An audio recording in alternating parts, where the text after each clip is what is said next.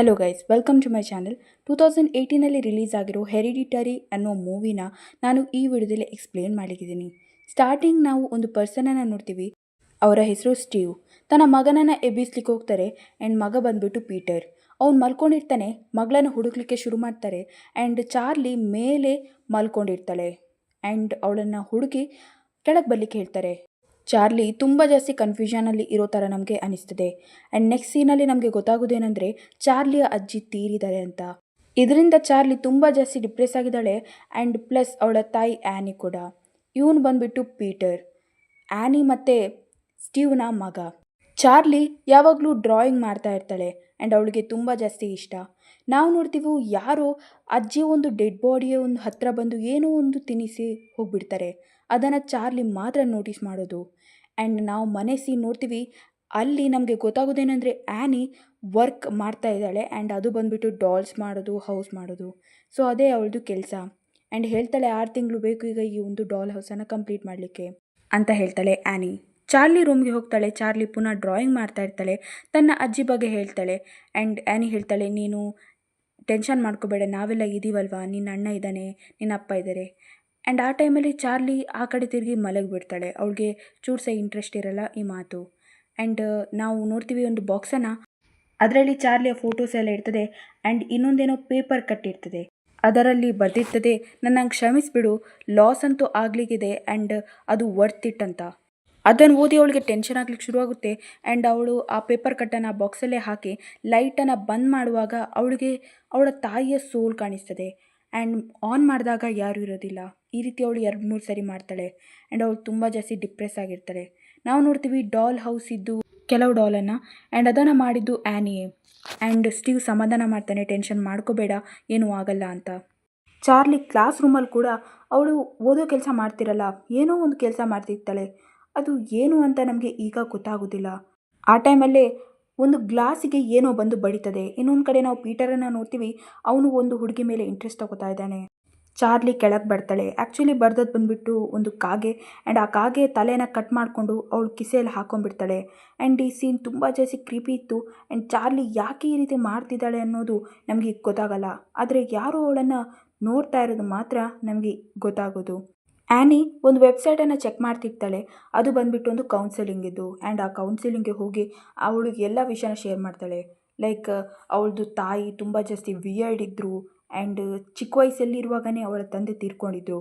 ಆಮೇಲೆ ಆ್ಯಕ್ಚುಲಿ ಅವರಿಗೆ ಕೆಲವು ಡಿಸಾರ್ಡರ್ ಇತ್ತಂತೆ. ಆಮೇಲೆ ನನ್ನ ತಾಯಿಗೂ ಕೂಡ DID ಇತ್ತು, ಆಮೇಲೆ ಡಿಪ್ರೆಷನಲ್ಲಿತ್ತು ಆ್ಯಂಡ್ ನನ್ನ ತಮ್ಮ ಏನಿದ್ದಾನೆ ಅವನು ಡಿಪ್ರೆಷನಿಂದ ಸುಸೈಡೇ ಮಾಡಿಕೊಂಡ ಆ್ಯಂಡ್ ಇದನ್ನೆಲ್ಲ ಅವಳು ಎಕ್ಸ್ಪ್ಲೇನ್ ಮಾಡ್ತಾಳೆ ಅಲ್ಲಿ. ಸೊ ಆ್ಯಕ್ಚುಲಿ ಅವಳದು ಟೆನ್ಷನ್ ಏನಂದರೆ ಅವಳಿಗೆ ಫೀಲ್ ಆಗ್ತಾ ಇರ್ತದೆ ಅಮ್ಮನ ಸೋಲ್ ಆ್ಯಂಡ್ ಸ್ಟಾರ್ಟಿಂಗ್ ನೀವು ನೋಡಿದ ಹಾಗೆ. ಸೊ ಅದನ್ನು ಅವಳು ಎಕ್ಸ್ಪ್ಲೇನ್ ಮಾಡ್ತಿದ್ದಾಳೆ, ನಂಗೆ ಆ ಥರ ಫೀಲ್ ಆಗ್ತಿದೆ, ಈಗ ಏನು ಮಾಡೋದು ಗೊತ್ತಾಗ್ತಾ ಇಲ್ಲ ಅಂತ ಹೇಳ್ತಾಳೆ. ಆಗ ಎಲ್ಲರೂ ಕೂಡ ಅಲ್ಲಿ ಕೇಳ್ತಾ ಇರ್ತಾರೆ. ಇನ್ನೊಂದು ಕಡೆ ಚಾರ್ಲಿ ಏನೋ ಒಂದು ಕಡ್ಡಿಗಳನ್ನು ಇಟ್ಕೊಂಡು ಆ್ಯಂಡ್ ಏನೋ ಒಂದು ಮದ್ದಿಟ್ಕೊಂಡು ಏನೋ ಒಂದು ತಯಾರಿ ಮಾಡ್ತಿದ್ದಾಳೆ ಆ್ಯಂಡ್ ಸ್ವಲ್ಪ ಹೊತ್ತಾದಮೇಲೆ ಬೆಡ್ ಮೇಲೆ ನಿಂತ್ಕೊಂಡು ಕಿಟಕಿ ಆಚೆ ನೋಡ್ತಾ ಇದ್ದಾಳೆ. ಯಾರನ್ನು ನೋಡ್ತಾ ಇರ್ಬೋದು ಈ ಹುಡುಗಿ? ಆ್ಯಂಡ್ ನಾವು ನೋಡ್ತೀವಿ ಸ್ವಲ್ಪ ಸಮಯದ ನಂತರ ಅವಳು ಕೆಳಗೆ ಇಳಿದು ಹೋಗ್ತಾಳೆ. ಅಲ್ಲಿ ನಿಂತ್ಕೊಂಡು ಏನನ್ನು ನೋಡ್ತಾ ಇದ್ದಾಳೆ ಅವಳು. ಆ್ಯಂಡ್ ಪೀಟರ್ ಬಂದು ಆ್ಯನಿ ಹತ್ರ ಪರ್ಮಿಷನ್ ಕೇಳ್ತಾನೆ, ನನಗೆ ಪಾರ್ಟಿಗೆ ಹೋಗ್ಲಿಕ್ಕುಂಟು. ಆ್ಯಂಡ್ ಆ್ಯನಿ ಹೇಳ್ತಾರೆ, ನೀನು ಡ್ರಿಂಕ್ ಮಾಡ್ತೀಯಾ, ಸ್ಮೋಕ್ ಮಾಡ್ತೀಯಾ, ಸೊ ಹಾಗೆ ಹೀಗೆಲ್ಲ ಹೇಳಿ ನೀನು ನಿನ್ನ ತಂಗಿನ ಕರ್ಕೊಂಡು ಹೋಗು ಅಂತ ಹೇಳ್ತಾರೆ. ಆ್ಯಂಡ್ ಪೀಟರ್ ರೂಮಿಗೆ ಬರ್ತಾನೆ, ಅಲ್ಲಿ ಇರೋದಿಲ್ಲ ಅವಳು. ಅದನ್ನು ಬಂದು ಅವನು ಹೇಳ್ತಾನೆ. ಚಾರ್ಲಿ ಹೊರಗೆ ನಿಂತು ಏನನ್ನು ನೋಡ್ತಾ ಇದ್ದಾಳೆ ಅಂತ ಹೇಳ್ದಲ್ಲ, ಅವಳು ಒಂದು ಚಿಕ್ಕ ಬೆಂಕಿ ನೋಡ್ತಿರ್ತಾಳೆ ಆ್ಯಂಡ್ ಮಧ್ಯದಲ್ಲಿ ತನ್ನ ಅಜ್ಜಿನ ಕೂಡ ನೋಡ್ತಿದ್ದಾಳೆ. ಆ್ಯಂಡ್ ಈ ಮೂಮೆಂಟಿಗೆ ಅವಳಿಗೆ ತುಂಬ ಜಾಸ್ತಿ ಹೆದರಿಕೆ ಕೂಡ ಆಗಿಲ್ಲ, ಸುಮ್ಮನೆ ನೋಡ್ತಾ ಇರ್ತಾಳೆ. ಆ್ಯಂಡ್ ಅಲ್ಲಿಗೆ ಅವಳ ತಾಯಿ ಬಂದು ಬೈತಾರೆ, ನೀನೇನು ಮಾಡ್ತಾ ಇದೆಯಾ, ಚಪ್ಪಲಿ ಕೂಡ ಹಾಕಿಲ್ಲ, ಹಂಗೆ ಹಿಂಗೆ ಅಂತ. ಪೀಟರ್ಗೆ ಹೇಳ್ತಾಳೆ, ನೀನು ಇವಳನ್ನು ಕರ್ಕೊಂಡು ಹೋಗು. ಅವಳಿಗೆ ಚೂರು ಸಹ ಇಷ್ಟ ಇರಲ್ಲ, ಬಟ್ ಆ್ಯನಿ ಫೋರ್ಸ್ ಮಾಡ್ತಾಳೆ, ಈಗ ನೀನು ಡ್ರಿಂಕ್ಸ್ ಮಾಡೋಕ್ಕಾಗಲ್ಲ ಅಂತ. ಸೊ ನಾವು ನೋಡ್ತೀವಿ ತುಂಬಾ ಕಷ್ಟಪಟ್ಟು ಚಾರ್ಲಿ ಗಾಡಿಯಲ್ಲಿ ಕೂಡ್ತಾಳೆ. ಅವನು ಪಾರ್ಟಿಗೆ ಕರ್ಕೊಂಡು ಕೂಡ ಹೋಗ್ತಾನೆ ಆ್ಯಂಡ್ ಅಲ್ಲಿ ಆ ಹುಡುಗಿ ಇರ್ತಾಳೆ, ಅಂದರೆ ಪೀಟರ್ನ ಕ್ರಶ್. ಅವಳನ್ನು ನೋಡಿ ಅವಳ ಜೊತೆ ಮಾತಾಡಬೇಕು ಅಂತ ಈ ಹುಡುಗಿನ ಅಲ್ಲೇ ಕೂರಿಸ್ಬಿಡ್ತಾನೆ. ಕೇಕ್ ತಿನ್ನು, ನಿಂಗೆ ಇಷ್ಟ ಆಗುತ್ತೆ, ಹಾಗೆ ಹಿಂಗೆ ಹೇಳಿ. ಆ್ಯಂಡ್ ಈ ಮೂಮೆಂಟಲ್ಲಿ ನಂಗೆ ಅನಿಸ್ತಿತ್ತು ಇವರಿಬ್ಬರು ಬಾಂಡಿಂಗ್ ಪರವಾಗಿಲ್ಲ, ಚೆನ್ನಾಗಿದೆ ಅಂತ. ಲೈಕ್ ಪೀಟರ್ ಕ್ಯಾರ್ ಅಂತೂ ಮಾಡ್ತಾನೆ ತಂಗಿನ. ಮೇಲೆ ಹೋಗ್ತಾನೆ ಹುಡುಗಿ ಜೊತೆ ಆ್ಯಂಡ್ ಅಲ್ಲಿ ಕೆಲವು ತುಂಬ ಜನ ಹುಡುಗಿರಿರ್ತಾರೆ ಆ್ಯಂಡ್ ಅವರು ಕೂಡ ಸ್ಮೋಕ್ ಮಾಡಲಿಕ್ಕೆ ಬರ್ತಾರೆ ಮುಂದೆ. ಆ್ಯಂಡ್ ನಾವು ನೋಡ್ತೀವಿ ಇವಳಿಗೆ ಕೇಕ್ ತಿನ್ನುವಾಗ ಗಂಟ್ಲಲ್ಲಿ ಏನೋ ಪ್ರಾಬ್ಲಮ್ ಆಗ್ತಿದೆ ಆ್ಯಂಡ್ ಈ ಕಡೆ ಇವನು ಸ್ಮೋಕ್ ಮಾಡ್ತಿರ್ತಾನೆ. ಅಲ್ಲಿಗೆ ಅವಳು ಬಂದು ನನಗೆ ಉಸಿರು ತೆಗಿಲಿಕ್ಕೆ ಆಗಿಲ್ಲ ಅಂತ ಹೇಳ್ತಾಳೆ. ಆ್ಯಂಡ್ ನಾವು ನೋಡ್ತೀವಿ ಪೀಟರ್ ಅವಳನ್ನು ಎತ್ಕೊಂಡು ಕರ್ಕೊಂಡು ಹೋಗ್ತಾನೆ, ಗಾಡಿಯಲ್ಲಿ ಕೂರಿಸ್ಬಿಡ್ತಾನೆ. ಆ್ಯಂಡ್ ತುಂಬ ಜಾಸ್ತಿ ಟೆನ್ಷನಲ್ಲಿದ್ದಾನೆ ಪೀಟರ್. ಹೈ ಸ್ಪೀಡಲ್ಲಿ ಗಾಡಿಯನ್ನು ತಗೊಂಡು ಹೋಗ್ತಾ ಇದ್ದಾನೆ. ಆ್ಯಂಡ್ ತುಂಬ ಜಾಸ್ತಿ ಸ್ಪೀಡ್ ಇತ್ತು ಆ ಗಾಡಿ. ಆದರೆ ಇವಳು ಒದ್ದಾಡ್ತಿದ್ದಾಳೆ, ಪ್ಯಾನಿಕ್ ಮಾಡ್ತಿದ್ದಾಳೆ, ಯಾಕಂದರೆ ಅವಳಿಗೆ ಉಸಿರಾಡಲಿಕ್ಕೆ ಆಗ್ತಿರಲ್ಲ. ಮೊದಲು ಅವಳು ಗಾಡಿಯ ಒಂದು ಗ್ಲಾಸನ್ನು ಕೆಳಗೆ ಮಾಡ್ತಾಳೆ ಆ್ಯಂಡ್ ತನ್ನ ತಲೆನ ಹೊರಗೆ ಹಾಕ್ಬಿಡ್ತಾಳೆ. ಪೀಟರ್ಗೆ ಯಾರೋ ಮುಂದೆ ಬಂದಾಗೆ ಫೀಲ್ ಆಗುತ್ತೆ. ಸೊ ಹಾಗಾಗಿ ಅವನು ಗಾಡಿ ತಿರುಗಿಸ್ತಾ ಕಾರಣ ಒಂದು ಕಂಬಕ್ಕೆ ಅವಳ ತಲೆ ಸಿಕ್ಕಾಕೊಂಡು ಅಲ್ಲೇ ಸತ್ತೋಗ್ತಾಳೆ ಆ್ಯನಿ. ಆ್ಯಂಡ್ ಈ ಟೈಮಲ್ಲಿ ಪೀಟರ್ಗೆ ರಿಯಲೈಸ್ ಆಗುತ್ತೆ, ಅವನು ತುಂಬ ಜಾಸ್ತಿ ಬೇಜಾರಾಗುತ್ತೆ ಅವನಿಗೆ. ಆ್ಯಂಡ್ ಈ ಒಂದು ಸೀನ್ ತುಂಬ ಜಾಸ್ತಿ ಅಂದರೆ ಡಾರ್ಕ್ ಇತ್ತು ಗೈಸ್. ಆ್ಯಂಡ್ ಪೀಟರ್ ತುಂಬ ಸ್ಯಾಡಲ್ಲಿದ್ದಾನೆ. ಆ್ಯಂಡ್ ನೆಕ್ಸ್ಟ್ ಡೇ ಅವನ ತಂದೆ ತಾಯಿ ಕೂಡ ಗೊತ್ತಾಗುತ್ತೆ, ಫೇರ್ವೆಲ್ ಆಗುತ್ತೆ. ಆ್ಯಂಡ್ ಇಲ್ಲಿ ಸ್ಮೋಕ್ ಮಾಡೋಕ್ಕೂ ಆಗಲ್ಲ ಅವನಿಗೆ ತುಂಬ ಜಾಸ್ತಿ ಅಂದರೆ ಡಿಪ್ರೆಷನ್ಗೆ ಒಳಗಾಗಿರ್ತಾನೆ ಅವನು. ಆ್ಯಂಡ್ ಅವನು ಡಿಪ್ರೆಷನ್ಗೆ ಮಾತ್ರ ಒಳಗಾಗಿರೋದಿಲ್ಲ, ಇಲ್ಲಿ ಅವನ ತಾಯಿ ಕೂಡ ಡಿಪ್ರೆಷನ್ಗೆ ಒಳಗಾಗಿರ್ತಾರೆ. ಆವಾಗನೇ ಒಬ್ಬಳು ಲೇಡಿ ಸಿಗ್ತಾರೆ, ಅವಳು ಬಂದುಬಿಟ್ಟು ಜಾನ್. ಅವಳು ಸ್ವಲ್ಪ ಧೈರ್ಯ ತುಂಬ್ತಾರೆ. ಆ್ಯಂಡ್ ಇಲ್ಲಿ ಸ್ಟೀವ್ ಕೂಡ ಧೈರ್ಯ ತುಂಬ್ತಾನೆ, ಏನೂ ಆಗಲ್ಲ ಅಂತ. ಇನ್ನೊಂದು ಕಡೆ ಪೀಟರ್ ಕೂಡ ನಿದ್ದೆ ಮಾಡದೆ ಕೂರ್ತಾನೆ. ಲೈಕ್ ಅವನ ಮುಂದೆನೇ ಅವನ ತಂಗಿ ತೀರಿದ ಕಾರಣ ಆ ರೀತಿ ಆಗಿರ್ತಾನೆ ಅವನಿಗೆ ಫೀಲ್ ಆಗುತ್ತೆ ಯಾರೋ ಅವನ ಸುತ್ತಮುತ್ತ ಇದ್ದಾರೆ ಅಂತ. ಯಾಕೆ ಅನ್ನೋದು ಅವನಿಗೆ ಗೊತ್ತಾಗ್ತಾ ಇರಲ್ಲ. ಆ್ಯಂಡ್ ನಾವು ನೋಡ್ತೀವಿ ಜಾನ್ ಜೊತೆ ತುಂಬ ಜಾಸ್ತಿ ಕ್ಲೋಸ್ ಆಗ್ತಾ ಇದ್ದಾಳೆ ನಮ್ಮ ಆ್ಯನಿ. ಆ್ಯಂಡ್ ಜಾನ್ ಕೂಡ ಎಲ್ಲ ಪ್ರಾಬ್ಲಮ್ಸ್ ಕೇಳಿಸ್ಕೊಂಡು ಆ್ಯನಿಗೆ ಸಮಾಧಾನ ಮಾಡ್ತಾ ಇರ್ತಾರೆ. ಆ್ಯಂಡ್ ಸ್ಟೀವ್ ಎಕ್ಸಾಮ್ ಬಗ್ಗೆ ಎಲ್ಲ ಕೇಳ್ತಾರೆ. ಪೀಟರ್ ನಾರ್ಮಲ್ ಆಗಿ ಉತ್ತರ ಮಾಡಿ ಅಲ್ಲಿಂದ ಹೋಗ್ಬಿಡ್ತಾನೆ. ಆ್ಯನಿ ಚಾರ್ಲಿ ಆಕ್ಸಿಡೆಂಟ್ ಹೇಗಾಯಿತು ಆ ರೀತಿಯ ಡ್ರಾ ಮಾಡ್ತಿದ್ದಾಳೆ. ಆ್ಯಂಡ್ ಈ ಟೈಮಲ್ಲಿ ಸ್ಟೀವ್ಗೆ ತುಂಬ ಜಾಸ್ತಿ ಸಿಟ್ಟು ಬರುತ್ತೆ. ನೀನು ಈ ರೀತಿ ಯಾಕೆ ಮಾಡ್ತಿದ್ಯಾ, ಪೀಟರ್ ನೋಡಿದ್ರೆ ಅವನಿಗೆ ಬೇಜಾರಾಗುತ್ತೆ ಅಂತೆಲ್ಲ ಹೇಳ್ತಾರೆ. ಬಟ್ ಆ್ಯನಿ ಹೇಳ್ತಾರೆ, ಈ ಥರ ಆಗೋಗಿದೆ, ನನ್ನ ಮಗಳಿಗೆ ಇಲ್ಲ, ಅದನ್ನು ಇಟ್ಕೊಂಡು ಏನು ಮಾಡೋದು ಅಂತ. ಆ್ಯಂಡ್ ಇಲ್ಲಿ ಸ್ವಲ್ಪ ವಾದ ಕೂಡ ನಡೀತದೆ. ಪೀಟರ್ ಸ್ವಲ್ಪ ಕಾಮಾಗಿ ಹೇಳ್ತಾ ಇರ್ತಾನೆ, ಬಟ್ ಇವ್ರಿಗೆ ತುಂಬ ದಿನದ ಒಂದು ಫ್ರಸ್ಟ್ರೇಷನ್ ಇರುತ್ತೆ. ಸೊ ಹಾಗೆ ಕಿರಿಸ್ಬಿಡ್ತಾರೆ, ನೀನು ಯಾಕೆ ಈ ರೀತಿ ಮಾಡ್ತಾ ಇದೆಯಾ, ಆಕ್ಸಿಡೆಂಟ್ ಆಗಿದೆ, ಮರ್ತೋಗು, ಯಾಕೆ ಡಿಪ್ರೆಷನಲ್ಲಿ ಇದೆಯಾ ನೀನು ಅಂತ ಹಾಗೆಲ್ಲ ಅವನ ತಾಯಿ ಕಿರ್ಚಿ ಮತ್ತೆ ನಾರ್ಮಲ್ ಕೂಡ ಆಗ್ತಾರೆ. ಆ್ಯಂಡ್ ಇನ್ನೊಂದಿನ ನಾವು ನೋಡ್ತೀವಿ ಆ್ಯನಿ ಜಾನನ್ನು ಮೀಟ್ ಆಗ್ತಾಳೆ. ಆ್ಯಂಡ್ ಜಾನ್ ತುಂಬ ಜಾಸ್ತಿ ಖುಷಿಯಲ್ಲಿರ್ತಾಳೆ. ಆ್ಯನಿಗೆ ಅರ್ಥ ಆಗಲ್ಲ ಯಾಕೆ ಅಂತ. ಜಾನ್ ಎಲ್ಲ ವಿಷಯ ಹೇಳ್ತಾಳೆ, ನನ್ನ ಮಗನ ಸೋಲ್ ಜೊತೆ ನಾನು ನಿನ್ನೆ ರಾತ್ರಿ ಮಾತಾಡಿದೆ ಅಂತ. ಹಾಗೆಲ್ಲ ಕೇಳಿದಾಗ ಆ್ಯನಿಗೆ ತುಂಬ ಜಾಸ್ತಿ ಟೆನ್ಷನ್ ಆಗುತ್ತೆ, ಏನಾಗ್ತಾಯಿದೆ ಅಂತ ಅರ್ಥ ಆಗೋದಿಲ್ಲ. ಬಟ್ ಜಾನ್ ಮಾಡಿ ಕೂಡ ತೋರಿಸ್ತಾಳೆ. ಆ್ಯಂಡ್ ಆ ಒಂದು ಟೈಮಲ್ಲಿ ಆ್ಯನಿ ತುಂಬ ಜಾಸ್ತಿ ಹೆದರ್ತಾಳೆ, ಲೈಕ್ ಲಿಟ್ರಲಿ ತುಂಬ ಜಾಸ್ತಿ ಹೆದರ್ತಾಳೆ. ಆ್ಯಂಡ್ ಜಾನ್ ಒಂದು ಕಾಗದ ಕೊಡ್ತಾಳೆ, ನೀನು ಕೂಡ ಇದೇ ರೀತಿ ಮಾಡು ಅಂತ ಹೇಳ್ತಾಳೆ. ನಾವು ನೋಡ್ತೀವಿ ತುಂಬ ಜಾಸ್ತಿ ಇರುವೆ ಪೀಟರ್ ರೂಮ್ ಒಳಗೆ ಬರ್ತಾ ಇದೆ. ಆ್ಯಂಡ್ ಪೀಟರ್ನ ಅವಸ್ಥೆ ನೋಡ್ಲಿಕ್ಕೆ ಆಗ್ತಾ ಇಲ್ಲ. ಆ್ಯನಿ ತುಂಬ ಜಾಸ್ತಿ ಕಿರ್ಚ್ಲಿಕ್ಕಿರ್ತಾಳೆ. ಆ್ಯಂಡ್ ಪೀಟರ್ ಅವಳನ್ನು ಎಬ್ಬಿಸ್ಬಿಡ್ತಾನೆ, ನೀವು ನಿದ್ದೆಯಲ್ಲಿ ನಡೀತಾ ಇದ್ದೀರಾ ಅಂತ. ಆ್ಯಂಡ್ ಅಲ್ಲಿ ರಿವೀಲ್ ಮಾಡಿಬಿಡ್ತಾರೆ ಅವರು, ನನಗೆ ನಿನ್ನ ಹೆತ್ತಲಿಕ್ಕೆ ಇಷ್ಟ ಇರಲಿಲ್ಲ, ನನ್ನ ತಾಯಿ ಫೋರ್ಸ್ ಮಾಡಿದರು, ಹಾಗೆ ಹೀಗೆ ಎಲ್ಲ ಹೇಳಲಿಕ್ಕೆ ಶುರು ಮಾಡ್ತಾರೆ. ಆ್ಯಂಡ್ ಆ ಟೈಮಲ್ಲಿ ಬೆಂಕಿ ಬರಲಿಕ್ಕೆ ಶುರುವಾಗುತ್ತೆ. ಆ್ಯಂಡ್ ನಾವು ನೋಡೋದೇನೆಂದರೆ ಅದು ಬಂದುಬಿಟ್ಟು ಈ ಒಂದು ಲೇಡಿನ ಕನಸಾಗಿರುತ್ತೆ. ಆ್ಯಂಡ್ ನೆಕ್ಸ್ಟ್ ಡೇ ಅವರು ಏನು ಮಾಡ್ತಾರೆ ಅಂದರೆ, ಅವರು ಮೊದಲು ಸಾರಿ ಕೇಳ್ತಾರೆ ಪೀಟರ್ ಹತ್ರ. ಆ್ಯಂಡ್ ಪೀಟರ್ ಹತ್ರ ಸಾರಿ ಕೇಳಿದ ತಕ್ಷಣ ಮತ್ತೆ ಸ್ಟೀವ್ ಮತ್ತು ಪೀಟರನ್ನು ಎಬ್ಬಿಸ್ತಾರೆ. ಆ್ಯಂಡ್ ಕೆಳಗೆ ಕರ್ಕೊಂಬರ್ತಾರೆ. ಆ್ಯಂಡ್ ಅಲ್ಲಿ ಆ ರಿಚುವಲನ್ನು ಮಾಡಲಿಕ್ಕೆ ಶುರು ಮಾಡ್ತಾರೆ.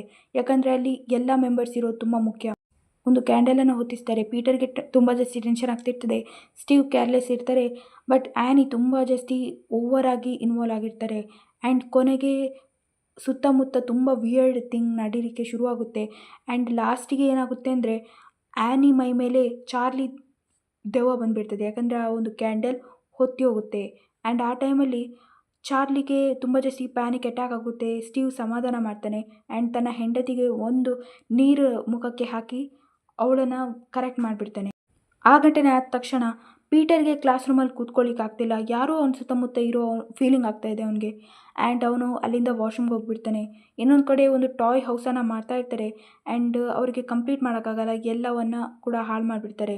ಸ್ಟೀವ್ ಸಮಾಧಾನ ಮಾಡ್ತಾನೆ. ಆ್ಯಂಡ್ ಆ ಟೈಮಲ್ಲೂ ಕೂಡ ಅವ್ರು ಸಮಾಧಾನ ಆಗಲ್ಲ. ಸ್ಟೀವ್ ಇಲ್ಲಿ ಮಾತ್ರೆ ಕೂಡ ತಗೊಳ್ತಾರೆ, ಯಾಕಂದರೆ ಅವ್ರಿಗೆ ನೋಡಿ ಸಾಕಾಗಿರುತ್ತೆ. ಆ್ಯಂಡ್ ಇಲ್ಲಿ ನಾವು ನೋಡ್ತೀವಿ ಚಾರ್ಲಿಯ ರೂಮ್ಗೆ ಬಂದಿದ್ದಾರೆ ಆ್ಯನಿ. ಆ್ಯಂಡ್ ಅಲ್ಲೊಂದು ಬುಕ್ ಇರುತ್ತೆ. ಆ್ಯಂಡ್ ಆ ಬುಕ್ಕಲ್ಲಿ ಪೀಟರ್ನ ಡ್ರಾಯಿಂಗ್ ಇರುತ್ತೆ. ಅದನ್ನು ನೋಡಿ ಆ್ಯನಿಗೆ ತುಂಬ ಜಾಸ್ತಿ ಹೆದರಿಕೆ ಆಗಲಿಕ್ಕೆ ಶುರುವಾಗುತ್ತೆ. ಆ್ಯಂಡ್ ನಾವು ನೋಡ್ತೀವಿ ಪೀಟರ್ನ ಒಂದು ಕನಸಲ್ಲಿ ಏನಾಗುತ್ತೆ ಅಂದರೆ, ಯಾರೋ ಅವನ ಗಂಟ್ಲನ್ನು ಹಿಡಿದಿದ್ದಾರೆ. ಅವನು ಕಿರಿಸ್ತಾ ಇದ್ದಾನೆ. ಅವನು ಮತ್ತೆ ಹೇಳ್ತಾನೆ, ತನ್ನ ತಾಯಿಯೇ ಮಾಡಿದ್ದು ಈ ರೀತಿ ಅಂತ ಬೈತಾನೆ ಕೂಡ. ತಂದೆಗೆ ಕೂಡ ಎಚ್ಚರ ಆಗುತ್ತೆ ಏನಾಗ್ತಿದೆ ಅಂತ. ತಾಯಿ ಹೇಳ್ತಾರೆ, ನಾನೆಲ್ಲ ಮಾಡಿದ್ದಿಲ್ಲ, ನೀನು ಟೆನ್ಷನ್ ಮಾಡ್ಕೊಬಿಟ್ಟಿದ್ದಲ್ಲ, ನಾನು ಸರಿ ಮಾಡ್ತೀನಿ ಅಂತ.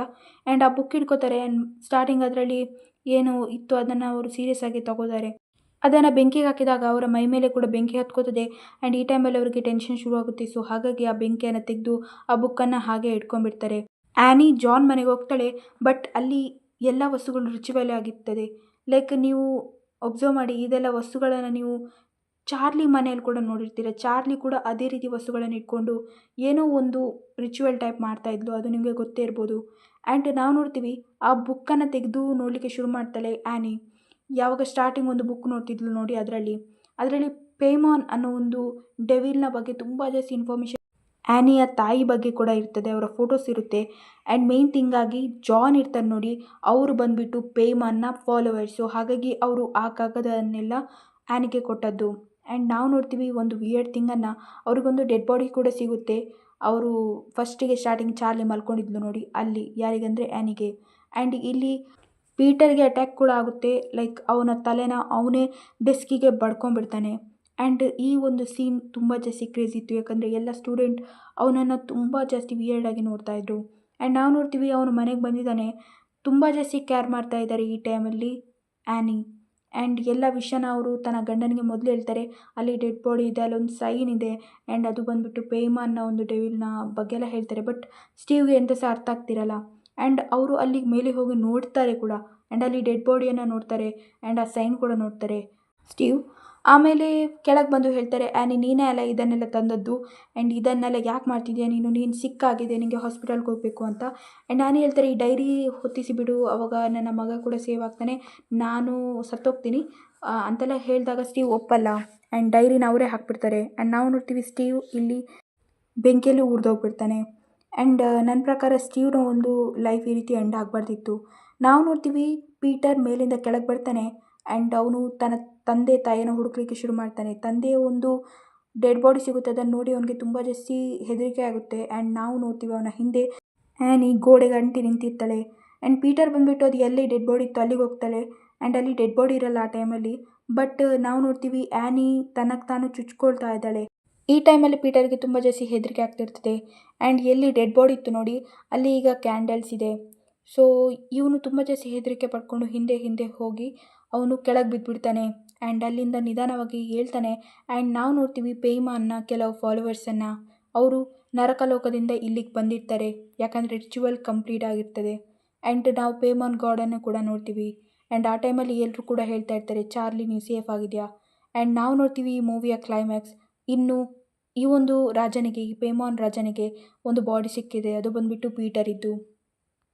ಇಲ್ಲಿಗೆ ಈ ಮೂವಿ ಎಂಡ್ ಆಗುತ್ತೆ. ಐ ನೋ ನಿಮಗೆ ತುಂಬ ಜಾಸ್ತಿ ಡೌಟ್ ಇರ್ಬೋದು, ಚಾರ್ಲಿ ಯಾಕೆ ಆ ರೀತಿ ಆದ್ಲು ಅಂತ. ಓಕೆ, ಚಾರ್ಲಿ ಅಜ್ಜಿ ಜೊತೆ ಕ್ಲೋಸ್ ಇದ್ಲು, ಅವಳಿಗೆಲ್ಲ ರಿಚುವಲ್ ಬಗ್ಗೆ ಗೊತ್ತಿತ್ತು. ಸೊ ಹಾಗಾಗಿ ಅವಳು ಕೆಲವು ರಿಚುವಲ್ ಮಾಡ್ತಾ ಇದ್ಲು, ನಿಮಗೆ ಗೊತ್ತಿರ್ಬೋದು, ಕೆಲವು ವಸ್ತುವನ್ನು ಅವಳು ಮನೆಗೆ ಇಟ್ಕೊಂಬಂದಿದ್ಲು. And one more thing, Charlie ಅಜ್ಜಿ ಸತ್ತೋದ್ಮೇಲೆ ತುಂಬ ಜಾಸ್ತಿ ಡಿಪ್ರೆಸ್ಸಲ್ಲಿದ್ಲು. ಆ್ಯಂಡ್ ಇನ್ನೊಂದು ಕಡೆ ಅವಳ ತಾಯಿ ಕೂಡ ಕಡಿಮೆ ಏನಿಲ್ಲ, ಅವರ ತಾಯಿ ಸತ್ತೋದ್ಮೇಲೆ ತುಂಬ ಜಾಸ್ತಿ ಡಿಪ್ರೆಸ್ ಇರಲಿಕ್ಕೆ ಶುರು ಮಾಡಿದರು. ಆ್ಯಂಡ್ ಮತ್ತೆ ತನ್ನ ಮಗಳು ಕೂಡ ಸತ್ತೋದ್ಲು, ಆಮೇಲೆ ಇನ್ನೂ ಜಾಸ್ತಿ. ಒಟ್ಟರೆ ಇವರು ಎಲ್ಲರೂ ಕೂಡ ಡಿಪ್ರೆಷನಲ್ಲೇ ಇದ್ದರು ಅಂತ ನನಗನ್ನಿಸ್ತು. ಪೀಟರ್ ಕೂಡ ಡಿಪ್ರೆಷನ್ನಿದ್ದ, ತನ್ನ ತಂಗಿ ತನ್ನ ಕಣ್ಣು ಮುಂದೆನೇ ಸತ್ತೋದ್ಲು ಅಂತ. ಆ್ಯಂಡ್ ಸ್ಟೀವ್ ಮಾತ್ರ ಈ ಒಂದು ಫ್ಯಾಮಿಲಿಯಲ್ಲಿ ನಾರ್ಮಲ್ ಇದ್ದದ್ದು.